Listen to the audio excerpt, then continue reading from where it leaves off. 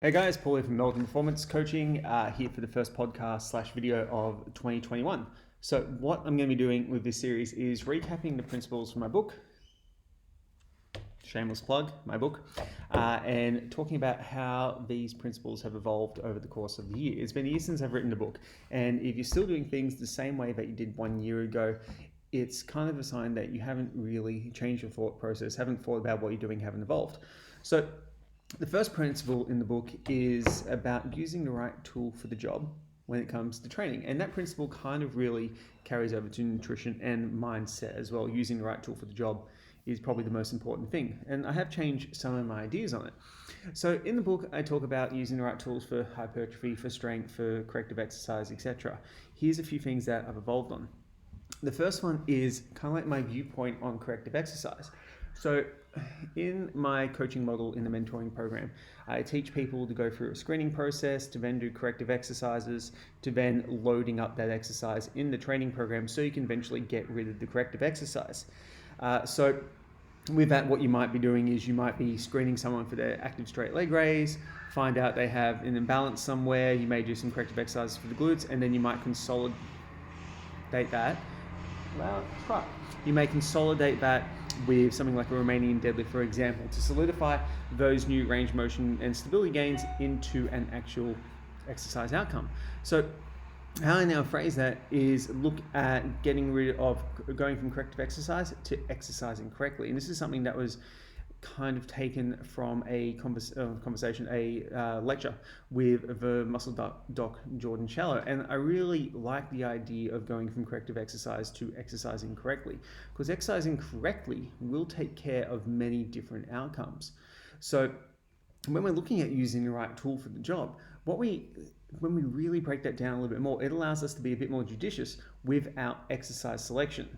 So for each exercise, they have a number of different benefits. You have a primary benefit, secondary benefit, tertiary, 4 benefits, 5 benefits. It can go on and on and on. So I'm going to just quickly move.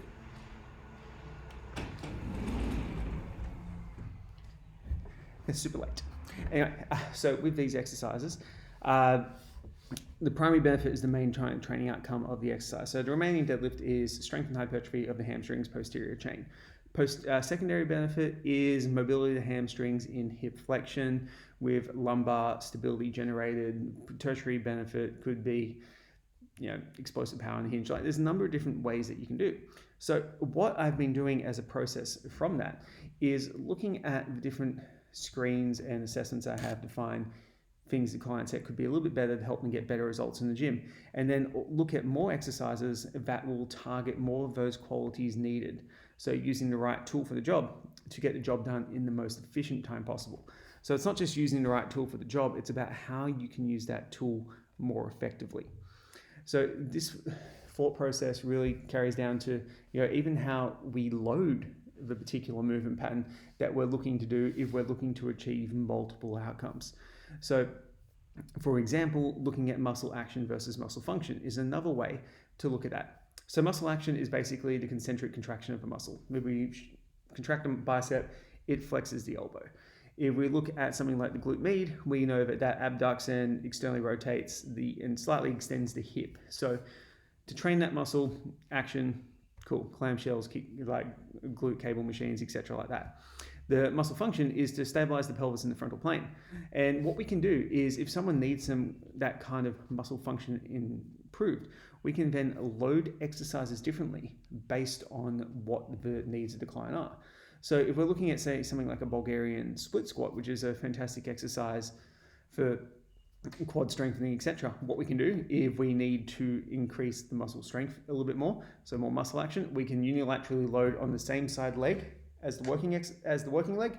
If we're looking at muscle function and we look at training sling mechanisms and things of that nature, we can load on the opposite side. So say we've got right leg forward, load on the left arm there, even though it looks reversed in the camera.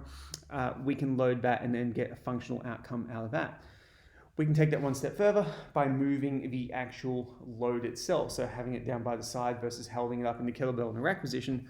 Holding it in the kettlebell in the rack position will create more of a demand in terms of stability requirements and more of a functional outcome in terms of improving something versus probably less of a hypertrophy outcome. Neither of them are right or wrong. It's just what is the best application of that exercise at that time? What's the best way to load that exercise at that time for the correct outcome that we're looking at achieving? From here, we can then also look at syncing in inhalation, so expansion and exhalation compression strategies based on the rep range, based on the exercise, based on what kind of outcome we're looking to get with that client. So for a lot of clients who are having problems with rowing type exercise, actually getting to inhale on the concentric, which is opposite to what most people think, if we're doing sets of 8 and above, has actually led to people improving their form really rapidly. Because if we think about a row exercise as you're coming up, if you take that to its natural conclusion, you're getting bigger. That's a position that is facilitated by inhalation. So looking at not only are we using the right tool for the job, like are we using machines, dumbbells and barbells for hypertrophy, are we using barbells, dumbbells, machines for strength, as a very basic thing, is how can we make that even more specific each time for the client to give them an even better tool for the job that they're looking to achieve. It's a bit more challenging, which is always a good thing, but it allows you to become a lot more laser focused and precise with your exercise recommendations and also execution. It's something that I encourage everyone to kind of do now, to look at the exercises and try and identify the exercises that they use, how many different outcomes they actually create, and how you can basically supercharge your training efficiency. So guys, that's it for the first episode, where we talked about using the right tool for the job and how my thoughts have evolved on that somewhat. There's a bit more to unpack there, but we'll be going that over the course of the year. Other things are coming up with the podcast this year. So as everyone who's listened to this knows, there's been no guest on it. It's just been me chatting away, which is cool that so many people have listened to it and spent time on it. This year, as part of an attempt to expose more people to my work, and then also for me to learn more from other people, I will be interviewing guests this year. I'm not going to be interviewing anyone and everyone. It's not going to be like a new guest every week, far from it. I only want to be interviewing guests that I think bring something a little bit different, a little bit unique to the fitness industry, and that actually talk about things in a way that complements the strategies and the principles that I've talked about in the book. So some really interesting guests have already been spoken to, and it's all in the goal, again, of making you the ultimate personal trainer and a more holistic trainer as well, being able to look at things from multiple angles and multiple perspectives. So guys, thanks heaps for listening. Thanks heaps for listening to me throughout 2020. It was a great year, and I'll be speaking to you all real soon.